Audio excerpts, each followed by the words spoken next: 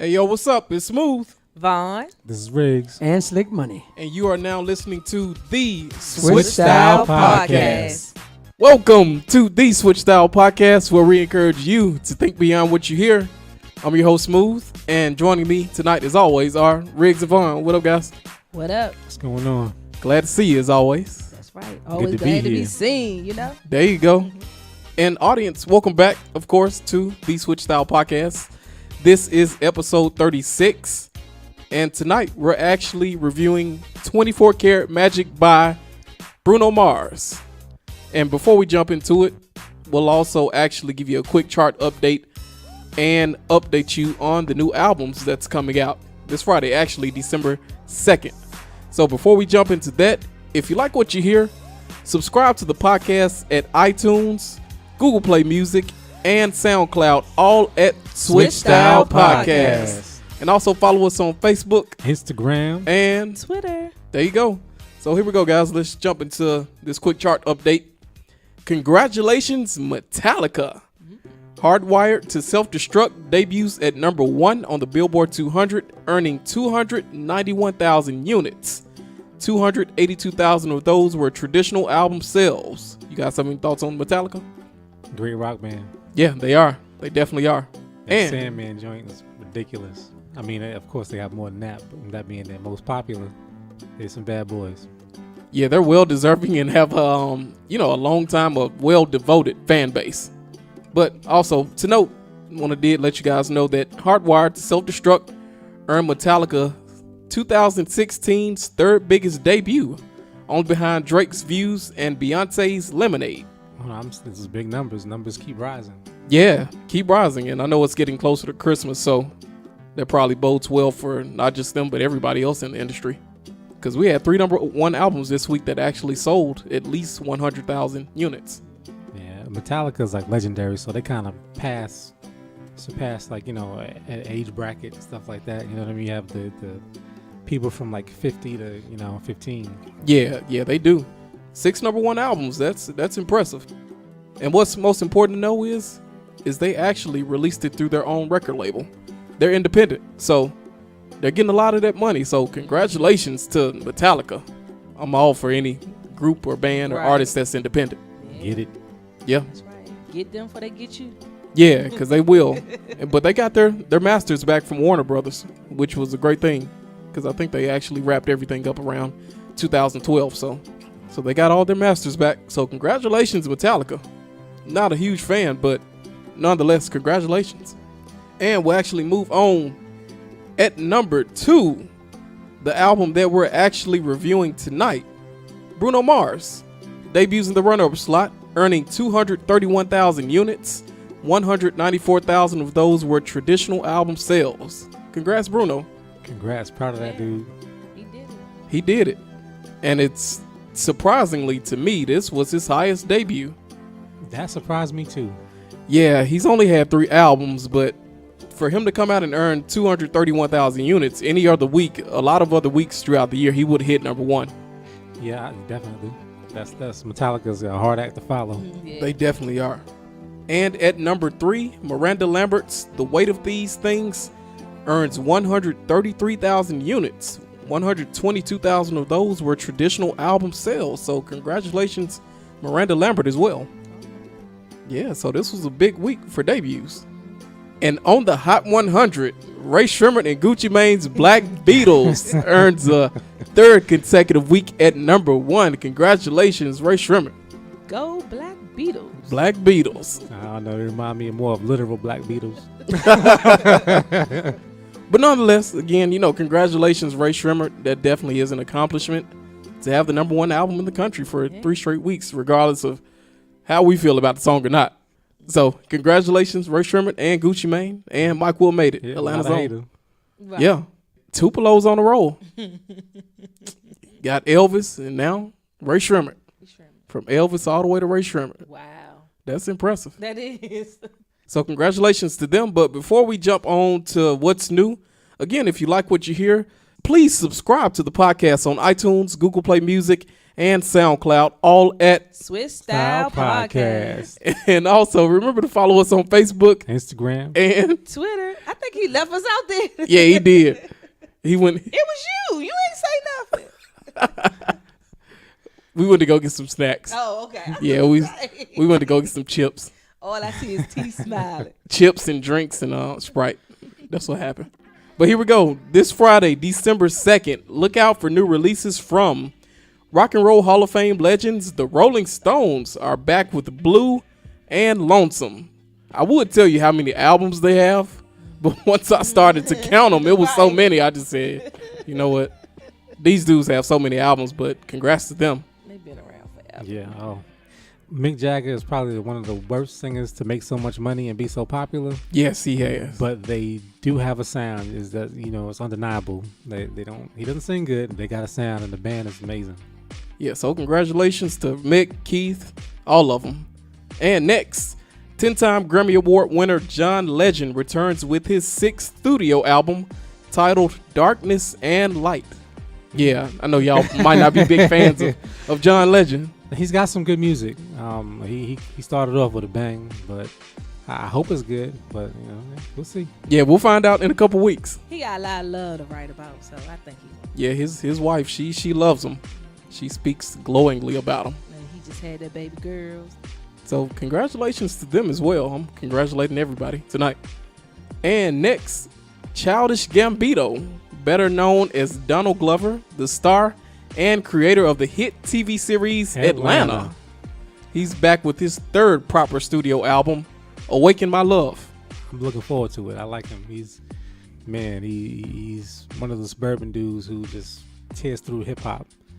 Like, he talks about it on his albums and stuff. He's not the prototype of what you look for in a hip hop artist, but he's definitely talented. His lyrics and wordplay is incredible. He's a brilliant young dude, and he's a writer. He wrote for 30 Rock, wrote this show, just plenty of other stuff too.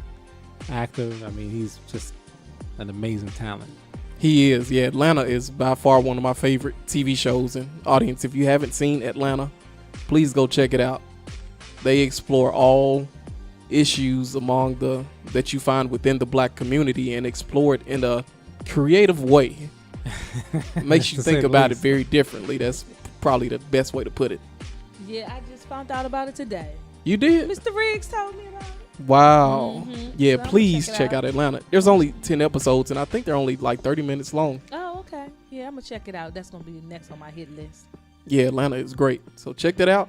And last but not least, for all of the Hamilton fans out there, the Hamilton mixtape is finally here and includes guest appearances from Usher, Jimmy Fallon, Alicia Keys, The Roots, Kelly Clarkson, Chance the Rapper, and many others.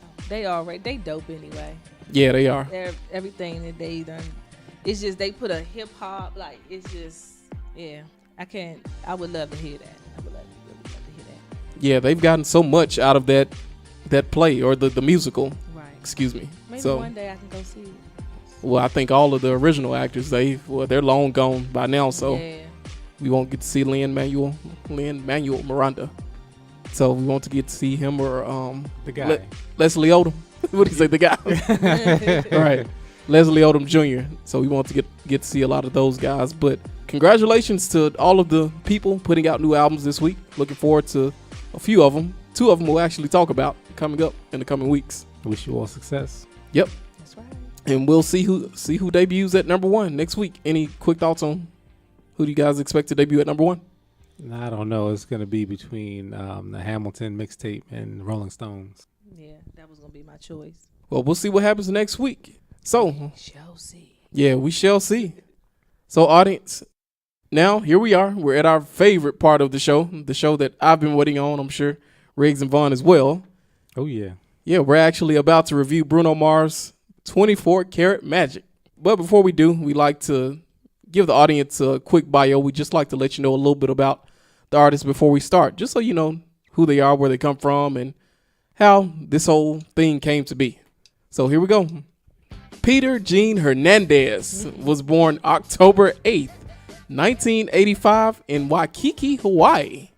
He began his career at the age of 4 in a family band and eventually became known for his Elvis Presley and Michael Jackson impersonations. After graduating high school, he moved to Los Angeles to pursue his music career full-time and met his future production partners Philip Lawrence and Ari Levine. Their work as the Smeezingtons includes Flo Rida's Right Round, B.O.B.'s Nothing on You, and CeeLo's F You. In 2010, he broke through as a solo artist and on his debut Doo-Wops and Hooligans and Unorthodox Jukebox followed in 2012. To date, Bruno Mars has earned over 9 million in RIAA certified US sales, 7 #1 Billboard Hot 100 hits, and 4 Grammy Awards. And here we are reviewing his latest 24 Karat Magic. So Riggs, what stood out most to you? It's awesome nonsense. Wow. I mean, sometimes, we talk about albums, we talk about how prolific, we talk about how, the depth, the production, all the wonderful things that we all love about music and dissecting it. But this one is something just to ride to and just have fun with. And, sometimes it's just what you need. I think he did it well. Bon, what about you? What stood out most to you? He's different. He's a little silly guy. Okay. You can tell like he just silly. So that's what stood out to me. That it's different. I wouldn't say that I was a Bruno Mars fan, but I enjoyed listening to his album.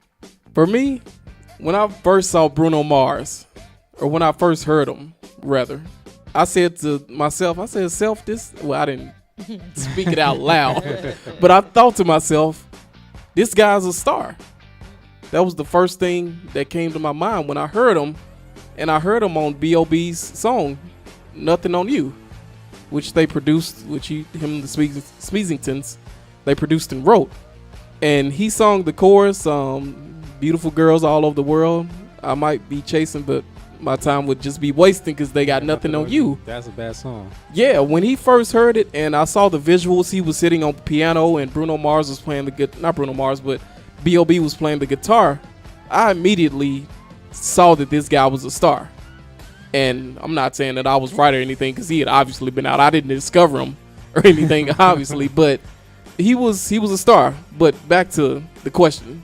This album proved to me that Bruno Mars is arguably one of the 5 most talented people in all of pop music. I'll just limit it to pop. I can see that. And he's very versatile.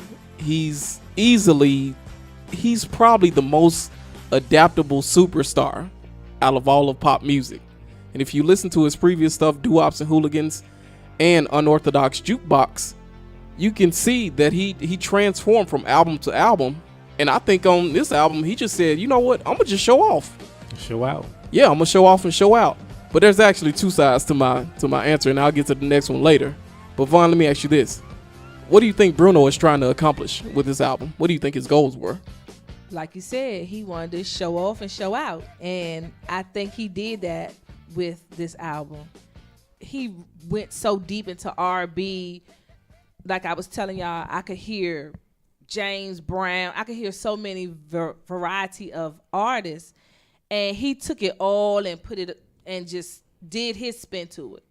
Now, yes, I did hear other artists, but when you admire somebody and you like somebody like Michael Jackson, James Brown, a legend like James Brown, you don't have no choice but they inspire you when you're writing and when you're performing. So I think he pulled it off. Yeah, I do think he pulled it off. He did what he accomplished. And to me, it looked like he had fun doing it. Yeah, he did. He had a lot of fun. He had a lot of fun. This album, he has a lot of sayings, little silly sayings. Like he does. So that's why I said he's silly, because it's like when he first came out, I didn't take him serious. I don't know why. I just didn't take him serious. But now I see after looking at this album, I'm like, oh wow, he's good. Yeah, I like that. Everything with him seems kind of effortless. And, I'm going to say, like, right now, he is like the new hook king. And I can't tell you, I know that he's probably going to be one of the #1 downloaded ringtone dudes. After this album, because there's about 5 or 6 songs where I could just see having it on my ringtone. Yeah. Easily. I mean, ringtones, anthems, hooks. I mean, that's what drives pop. So he's right there. He's a force with this one. It's just fun. It's a fun album. Very fun. But what stood out most to me was that this album is a natural extension of Uptown Funk. And I don't want to call it a calculated move because I really don't want to believe that it was on Bruno's part. But audience, let me just run down some quick stats to you right quick just to help prove my point. Go ahead, Jay. Uptown Funk is only the 13th Diamond certified song in American music history. 13. Only 13 songs. And when we say Diamond, sure, audience, if you haven't listened to us before, when I say Diamond, I'm saying that the song specifically has sold 10 million copies. Only 13 songs in music history have sold 10 million copies. And just think about it. If you go through iTunes, Spotify, whoever you get your music from, there's easily, Riggs, maybe tens of millions, hundreds of millions of songs? Something like that. So that's less than 0.00000%, something like that. As of October 18th of this year, it sold over 12 million downloads, 12.4 million downloads, nearly a billion streams. The track held the number 1 spot on Billboard's Hot 100 chart for 14 weeks. It was also the best-selling song of 2015. It even scored the Grammy Award at the 2016 Grammys. Can't get it out for Record of the Year. So, back to my point. I don't want to believe this was a calculated move on Bruno's part, but after coming off of that song, why would you not want to capitalize on that success? And this album is a natural extension. If you've heard Uptown Funk, it sounds like R&B and all of its variations. And this is exactly what this album is. Vaughn alluded to it earlier. Audience, if you haven't heard it, if you've heard 70s, 80s, 90s R&B, this is the album for you, and it's all here.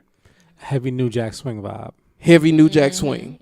And I don't want to believe that it was a calculated move on Bruno's part, but I feel that they had a lot to do with the sound of this album. Yeah, but the thing about it too is, like when we said he's very effortless with it, like you believe it. It doesn't come off calculated. When you look at the video and you hear the music and they just having fun, and that's just who they are. Yeah, they having fun, and a part of me also feels like this is the album that Bruno always wanted to make.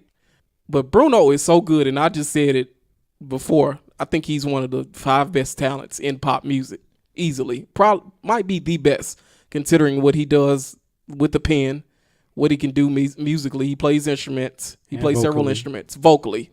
He's easily one of the top talents, and he's not considered an R&B artist, so it's not necessarily his responsibility to push the genre forward.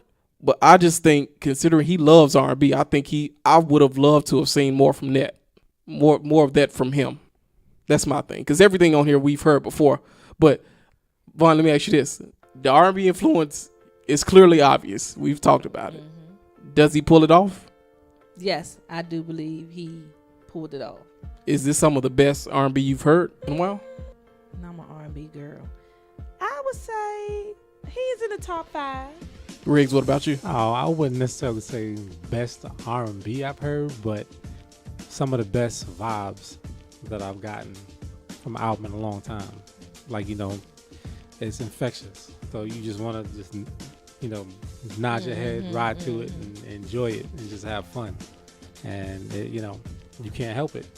Like a lot of the songs that I listen to, at first I was like, man, this is corny. But then as a song, starts to progress, you just can't help but like get into it. It's one of those things. It's like, we were talking about watching Luke Cage. When you first look at it, man, it's real corny, but you can't help but like it. But this is somewhat like that, but better. And that's what makes you like them. The corniness. That's what make you like them. Now with this, if I'm a pop fan, I'm all over this album. Because if I only listen to pop music, arguably I've never heard anything like it. But considering that all of the R&B I've heard, it's nothing new to me again. He pretty much travels paths that's been traveled before, obviously. But I'm gonna tell y'all why y'all really like this album. We've reviewed some heavy stuff this year. Yeah. Solange's album, Yes. Alicia Keys, Common, Yeah. Tribe Called Quest, Frank Ocean. We've reviewed some heavy, really heavy socio-political albums this year that they weren't really enjoyable listens.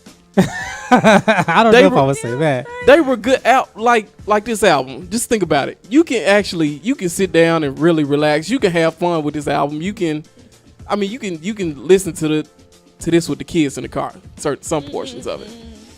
But this was, like Riggs said, it was a really fun album. It seemed effortless. This is really who Bruno is, and like considering the stuff that we reviewed, this was very lighthearted. Right. Yeah, I would say it's lighthearted. Yeah. Very lighthearted and fun. Riggs, how do you feel about the writing? The writing, it was very tongue-in-cheek, very light, but still like kind of brilliant. Like real. Sometimes the most brilliant things are very simple, and you don't have to be overly wordy. You don't have to be overly clever. You don't have, but you hear it, you understand it, and you feel it. Just that simple. And he definitely has that mastered. And like the whole perm thing, like when you first hear it, it sounds so corny, but you just can't help but like it. It's brilliant. The 24 karat gold, the hook and everything, just all the way through the song. He isn't talking about anything that's so clever or whatever, but it's you like it. It's cool. Vaughn, what about you? I think the writing was him. It was who he is. It's how he talks. It's how he relates.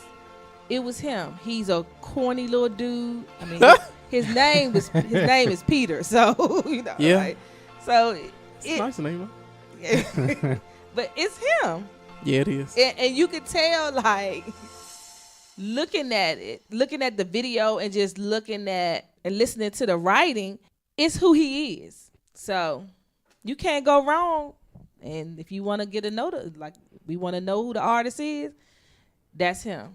I'm quite sure he wouldn't be like, "Hey, boo." He'd be like, "What's up, Chunky?" He start busting out laughing. Right. Like, I just think that's him. And that's what I think what makes this so sweet. And it's funny, like, I'm not sure if I said it on the mic, but before I compared him to R. Kelly. When it comes to hooks, because R. Kelly is one of those dudes, his concepts and his hooks, and for his songs are just crazy, but you love him. So he kind of has the same type of thing. Like, and not everybody could say what he says and then to come off, but because it's him, and the way he puts it out there, the things that I couldn't come off and say, you need to relax like perm, somebody like, man, get out of here. Mm-hmm. But it's him, like she said, and it's believable, and very few people can do that. And I would agree with a lot of Riggs' sentiments. I think some of the lyrics, they do come off as very, very corny or cliched or however you might want to put it, but he broke it down in ways that he easily communicates with the audience. And perfect example, Frank Ocean. Lyrically, a lot of people would say that was a brilliant album, and me at times I've said that myself.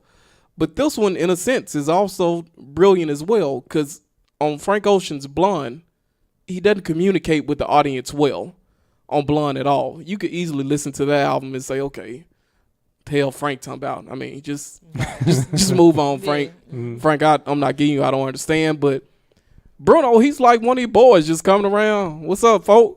He won't say folk. He's not. You never know. Right. You never know. But it's really fun. And Bruno, he's just, we keep using the same word, lighthearted. And it's really an easily accessible album. I think anyone can, yeah. He's likable. Likable. Very likable. Yeah. Like, this album is like, it's like walking up a handicap ramp. You can take it's real easy. It's very effortless. You don't have to lift your legs up to walk up the steps. But when you listening to a lot of the stuff we listen to, you got to walk up the steps. It's a little bit harder to get up the steps, but with Bruno, you can say, man, you know what? I'm just going to take this handicap ramp. And I know audience, y'all out there, I know I'm not the only one that's got on that handicap ramp. So I was just wondering where you're going with that. I was like, oh, please. But yeah, that was the analogy. It might not have been a great analogy, but I hope people understood it. That was cool. Yeah. Vaughn, considering the serious nature of most of this year's music, we talked about it already. Did this provide a much needed break? Yeah, because it put some laughter in our hearts. And it's that time of the year where we need to show a little bit of love and more sensitivity and not be so serious. And like we said, he give it to you. That's what he gave you. Lightheartedness. He just gave it to you. He gave you a lot of funny little stuff, little sayings. And I'm sure, like you said, people going to be saying it. So we needed this break. We had a lot of serious things going on. So yeah, I mean, there is some lightheartedness, but it's more so on the hip hop side of things usually. But with this one, how could I say it politely? You could be lighthearted and not feel worse off for listening to it. I feel like, you lost a brain cell or two. Like, dang, I'm doing that bad. I mean, don't get it wrong, because, I mean, there's always, people always talk about, there isn't any good this or any good that. There's plenty of good hip-hop out there. But, I'm just speaking more so on the lighthearted side. Yeah. And we've pretty much focused on the lyrics so far, but the production is amazing. And that's really what enhances the listen. Not only does he write, not only is he a great vocal arranger, the way he arranges his vocals and attaches the lyrics to them, but the production is simply amazing, which was done by, what's her name, Vaughn? Press and Curl? Shampoo, Press and Curl, yes. Yeah, Shampoo, Press and Curl is the production team. What a name. Made up by Bruno Mars, Philip Lawrence, and Christopher Brody Brown. So they produced the entirety of the album, and there's some few other people sprinkled throughout that we'll tell you about, but that's what makes it such a great album as well. It's one of the better produced albums I've heard this year. I think so. Although some of the synth sounds are overly dated and just didn't work for me for certain songs, like that the Versace on the Floor song. That could have been an amazing song, but it was a little bit underproduced in my opinion. I think that was the point of it, though. He was trying to capture that 90s, that 80s, that 90s feel. I think that was really the point of it. So that was one of your favorite tracks? Nah, it wasn't one of my favorite tracks, but well, that's what I'm saying. But with that song in particular, Greg Gaines played on it. Right. So with him being on it alone is gonna make me listen to it. And audience, if you don't know who Greg Gaines is, Philly Gaines. Is it Philly Gaines? Philly Gaines. Greg Gaines. If you don't know who he is, he started out with Stevie Wonder. He was a kid, maybe 18, 19 years. His musical director. Yeah. Mm-hmm. He played on Songs in the Key of Life, every Michael Jackson album that Quincy Jones produced. Mm-hmm. So people give Quincy a lot of credit, but Greg Gaines is an amazing keyboardist, instrumentalist. I mean, he's the brilliance behind a lot of music that came out that you have heard. You just didn't know he did it. Right. Yeah. Let me ask you guys this. Considering Bruno's total catalog, what does this say about his talent? Oh, it says he's versatile. Very. It says that he can do any and everything. He just has to want to do it, and that's it. I saw an interview where he talked about where he had got dropped from the label and how he was just so devastated, but he didn't give up. So I'm quite sure he has a lot in him that he has to bring, that he's continuously bring out during that hardship at that time when he was not on a label. So I'm quite sure he has a lot more to give. It just shows just how versatile he is, and I look forward to seeing more. Yeah, a lot of great talents in music history have been dropped in. I forget which label it was, but they just didn't know what to do with them. He was with, I forget which one it was. You remember? Motown. They probably did him a favor if it was Motown. Right. I don't think it was Motown. No, I don't think it was Motown, but they didn't know what to do with him. And, then he turned to writing, which turned out to be a great move for him because he's made a lot of other people some money and, he's made some money on the way. But Riggs, what are some of your favorite songs? Oh, we'll start right off from number 1, 24 Karat Magic. That song, just the energy and the vibe is crazy on it. Chunky. Perm, calling all my lovelies. Mm-hmm. The harmony on that, and then just the whole concept. And he has Halle Berry calling in, Yes. basically telling the ladies, look, I'm not a number 2. I got too many people that's waiting to be with Bruno. So, All the Ishas. yeah, all the Ishas. Yeah, that was cute. Yeah, so don't keep me waiting. Yeah. That's a cool song. That's what I like. Finesse, Too Good to Say Goodbye. Okay. I like that one a lot, actually. It's a bit different from the rest of the tracks. It's ballad, but yeah, he kills it. Yeah, Babyface co-wrote that one. Mm-hmm. Bon, what about you? Favorite songs? 24K Magic, and I would suggest anybody look at the video. Check out the video. It's a good video. He having fun with his friends. He having fun with the ladies. One of the sayings on it, he said, "I'm a dangerous man with money in my pocket," and he could show on that video that he is dangerous. They wilding out. They having so much fun. He wearing his good old Versace. It's a good video. So I would suggest look at the video, and it'll make you love the song even more.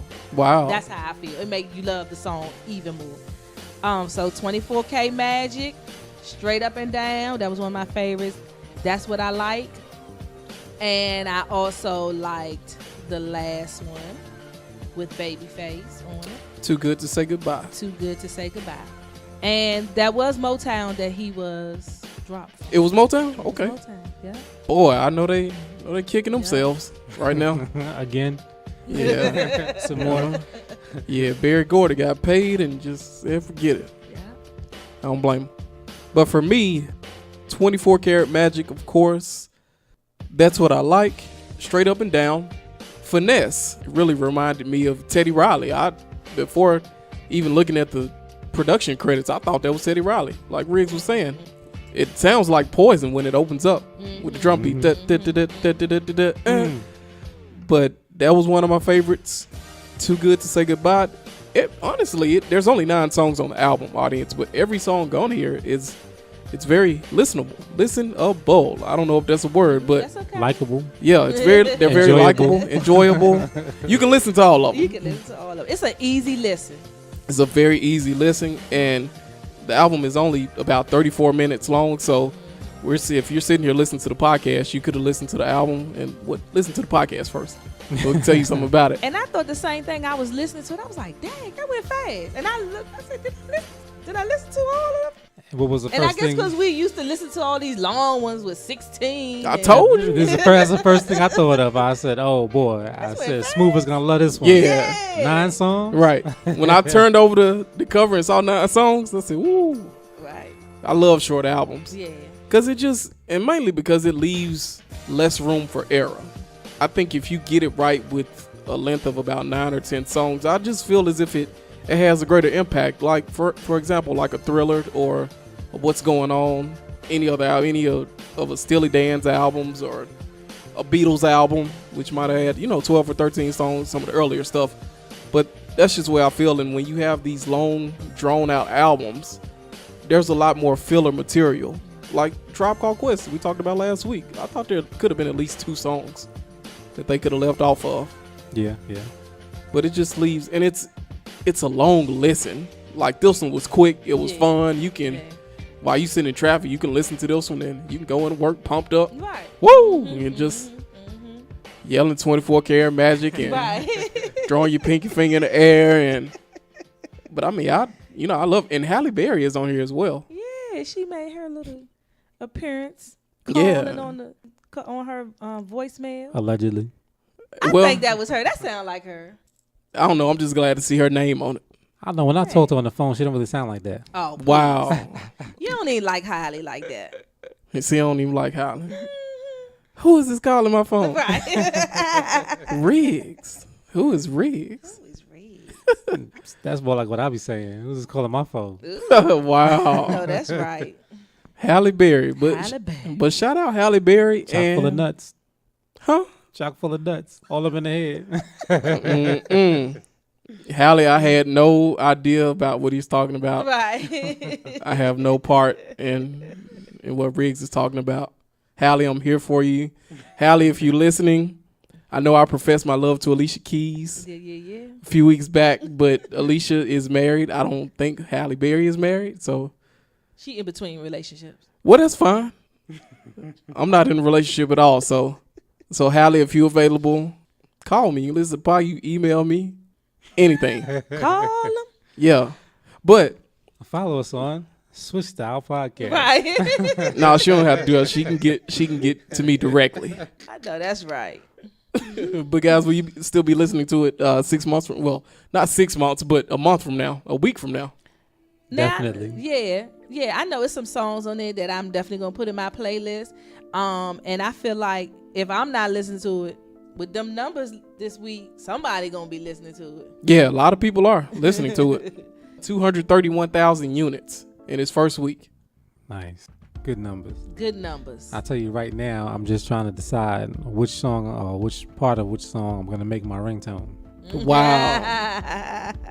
Wow, you gonna download all of them? Well, no, you don't have to. I forgot you don't have to download. You can. There's like ringtone Yeah, apps and you stuff. can buy the app. Right. Yeah.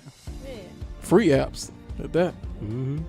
Wow. So you heard it here first, audience. When you call Riggs, 24 Karat Magic will be his ringtone. Something. Or something. Yeah, because I'm telling you guys, he has a lot of little corny little sayings, but but you understand them. You know. Might even be finesse. Yeah. The finesse is amazing. Yeah.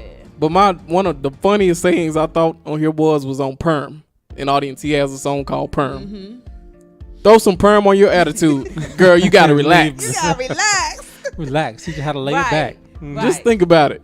Girl, throw some in all, well, it's not a racial thing, but I'm sure most black women could. have. Could But relate. no, Yeah, white could. women get perms too. Oh, Yeah, but okay, it see, doesn't, I don't. it doesn't have the same effect. But it When they get doesn't- perms, it makes it their makes hair their curl. curly, right. When black Yeah. folks get perms, It and makes lay our it back, hair lay straight. it down. It makes it straight. And audience, that comment came from a guy with no hair. So forgive me if I don't know exactly You what see, a. you got we what a perm corrected does. you real quick. Yeah, they real did. Real quick. But yeah, throw some perm on your attitude, girl. You need to relax. You need to relax. That's what he Learn to lay said. back. Mhm. Yeah, He remind me like a little old pimp. he does. And if you, Yeah, you hit it on the head earlier before the show. He's got that serious Morris Day vibe. Yes, he does. yeah, he does. He does. He reminds me of Morris Day like so much. When I was listening, I said, that sound like Morris Day. Something Morris Day would do. And got his boys in the back, and they just co-signed. Because that's all Morris boys did. They co-signed. Yeah, they did. Yeah. And I think he should do the Super Bowl again. He did it in 13 And I and remember that. Yeah, this year. Yeah. I remember that. Yeah. he's probably the most well-rounded artist because I think he's the complete in terms of pop music. I know you can, but in all the music, I mean, he just proved that he can jump into R&B and pretty much put out something that's better than probably what 70% of everybody in R&B is doing. I think. Do y'all know who he's on tour with? No, I'm not sure. Oh, yeah, because I tried to find out who's on his tour, but it wouldn't. Has he announced one? Yes, he has dates and everything. Not sure. I just couldn't find. Maybe it's Halle Berry. What's she gonna do? She can just stand there and look. She can reenact some scenes. Oh gosh. Well, as I was looking on his website, I also saw that he has like this line hats that say 24K, and he have, I don't know if you ladies you remember the bamboo earrings, and the bamboo earrings, you know how you get your name in it. He got Chunky in one in the earring. I said that this is too. He's a mess. So Marketing this is machine. yeah, I mean, like, hey. So if I see somebody with some chunky earrings on, I'm like, can I take your picture? You need to be the first one. No. cop. I just wonder what its longevity is gonna be, because as good as 24 Karat Magic is, and it's in the top 5 right now. Mm-hmm. It hadn't hit number 1, and Closer was there for forever. The Chainsmokers and Halsey. I'm Right. glad me and Riggs. I'm glad they knocked it out the way. And Black Beatles is at number 1 now, and it's sitting behind The Weeknd's Starboy and a few other songs. I'm surprised they had it because I really like it, but I don't know, for some reason I think there's something that's gonna prevent this album from having a lot of longevity. I think part of it is because It does. It's reminiscent of help me out. With just older R&B. Nah, the song is the main Uptown song. Funk? Uptown Funk. There Yeah. you go. Yeah. So I think it helps it, but it might hurt it a little bit. And as far as the other stuff, I just personally I don't know. I don't know Yeah. how it will affect other people, but it should work. Yeah, because you know how people are interested, they want to see what's coming next. So I think they might, that's why the numbers are good now, because they want to check it out, see what he's putting out next. Yeah, he's popular. I mean, he's as hot as he's ever been. How many follows he got? I have no idea. I should have I should have looked it up, but I'm sure he's in the millions. But I think the audience that's actually gonna listen to this album, they haven't heard this stuff, but all three of us we've pretty much listened to R&B throughout the years. And I think if any R&B fan just like us, if they hear the album, they're gonna say, okay, it might be good, but I've heard everything here before. So, where am I gonna go with this? Like, why am I listening to this? I might just pick up Bobby Brown or... My thing is, look, there's nothing new under the sun. There's pretty much everything has been done to some degree. Somebody will come out with something that's new and different. Like you have the Frank Ocean types and so on. But sometimes it's just what you do with it, even though it isn't new, even though you have heard it before. You heard it before, but you haven't heard me do it before, type of thing. So I think that's where Bruno fits in, and he can do it. Vaughn, did you look it up? Yes. He have 27.1 million followers. It's impressive. To say the least. That's impressive. Very impressive. That'll help. But I guess for me, I'm gonna just take this album for what it is. I mean, it's a good album. Bruno reached out and proved to me and everybody else that he can, if he wanted to really do R&B, he could excel in it and do it very well. So I'll just leave it at that and take it for what it is. Because it's a good album. It's a highly enjoyable album that you can sit back and relax and just listen to and not have any cares in the world. So congrats to Bruno. Did you guys have any other thoughts? Yeah, I was just looking through some of his little tweets. He's funny. He said, ladies, put on your finest pair of gold hoops and Daisy Dukes. So you can just tell, like, he's just the little corny little guy, but hey, it worked. And I think his little swag to him is different. Because we always used to these little thugs, and he's just different. Well, Bruno, you got a fan. I'm glad he gave up something different. Yeah. I think I'm going to be listening to him. Yeah, and if you like this one, you should check out Doo-Wops and Hooligans. Okay. And What about Unorthodox you, Smooth? Jukebox. What about me? What? Are you going to be listening to him in a week, in a month, in a year? Probably a few songs, but for the most part, nah. If I'm going to listen to this, I would, like I was saying earlier, I would rather just go grab Don't Be Cruel or Cooley High Harmony or Babyface's first album. I can't remember the name of it. I would rather, grab some old H-Town or Shy or, Drew Hill, who we just watched. I would rather go back. God, I would rather just go back and grab their stuff and listen to it. But my problem is I just, with great talent, in my opinion, comes great expectations. And you could look at this album and it could be viewed as a setback for Bruno, in my opinion. Everything here has been done before. Like, what is this album gonna really do for his legacy? This, in 10 years, when we look back at Bruno down the line, this is gonna be his, in my opinion, one of his forgettable albums. You think? I think every great artist has an album that is an homage to something else. And this is his homage to New Jack Swing, to what he came up on. I don't think it's forgettable. I'm not one usually who is on, the album sales and money thing. I'm usually a heart and soul type of dude, but these are his best sales too. So but he has momentum in his favor. I wouldn't say that it's gonna be forgettable though. Yeah, y'all gotta be honest. Just look at this. Does this not feel as if he looked at this overwhelming success of Uptown Funk and said, you know what? I can recreate that and I can keep that train going and I can do that same thing and do it even better. Does this not feel like that? Somewhat, but at the same time, did you turn it on, listen to it, and say, this sounds like Uptown Funk, I don't want to hear it no more? Yeah, when I first heard 24 Karat Magic, that's immediately what I thought of. This is a continuation Did you of turn it Uptown off? Funk. Did I turn what on? The song. 24 Karat Magic? Uh-huh. Yeah. Oh, Everything didn't. on the album. I liked it. I've been talking about 24 Karat Magic for weeks. He and has. Audience, go back and listen to the show. Listen. And y'all was like, 24 Karat Magic. I ain't heard of that. Yeah. I know. I I'm ain't not, heard of what that. I'm saying is like you're not helping you hurt my point. You're helping it. What are you saying? What's your point, though? You're speaking like as if it's so forgettable because it's reminiscent of that song, but you like the song. So you've been talking about it for weeks. So The point is, I'm talking 10 years down the line. The point is, it's forgettable because Bruno is better than this album. This album is beneath Bruno, in my opinion. He is capable of far better than this. If Stevie Wonder tried to put out something that sounded just like Songs in the Key of Life, wouldn't you be disappointed? that's kind of a different thing because he is songs in the key of life.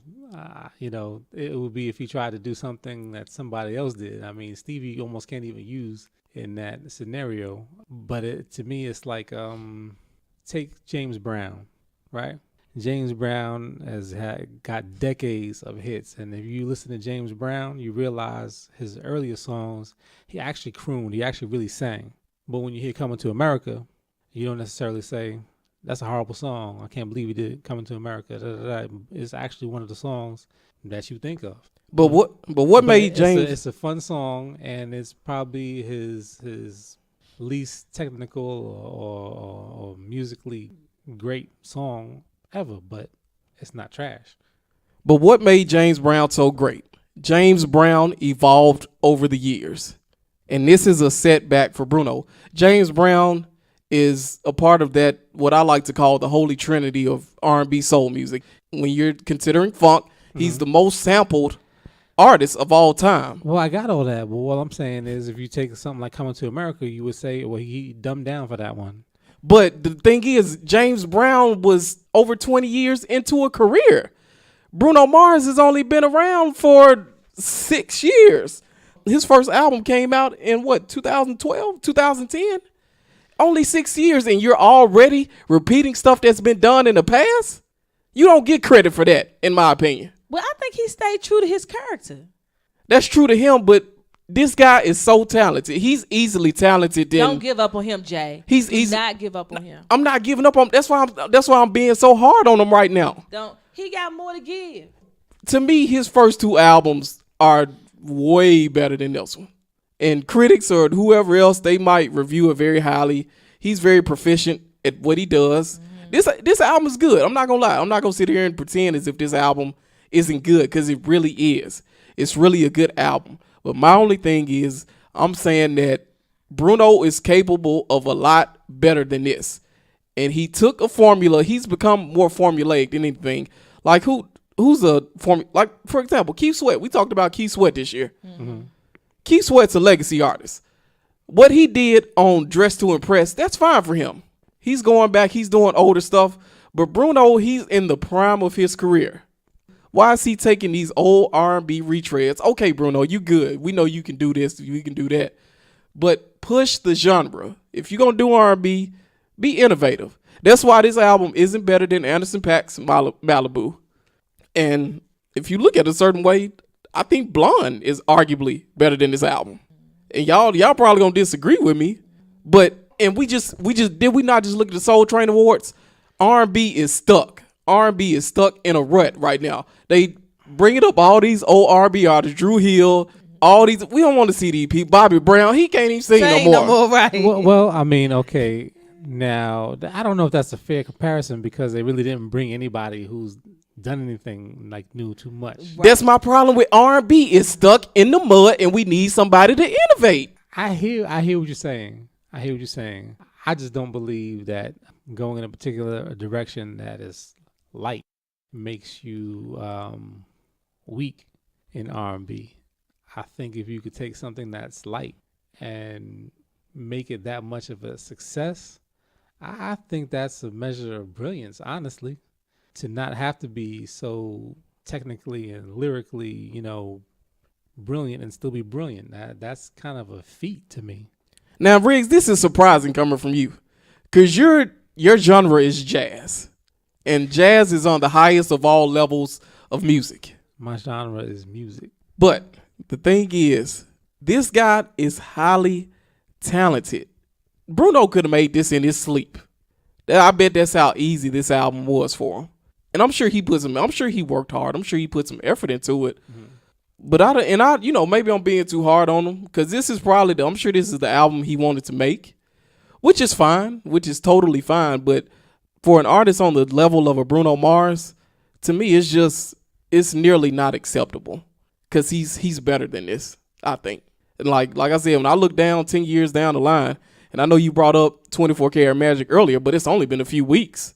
Like, when I look at this, when I listen to it 10 years down the line, it's going to sound exactly like Bobby Brown and Guy and whoever else to me. It's not going to sound any different than that. Like, it doesn't have a timeless quality to it.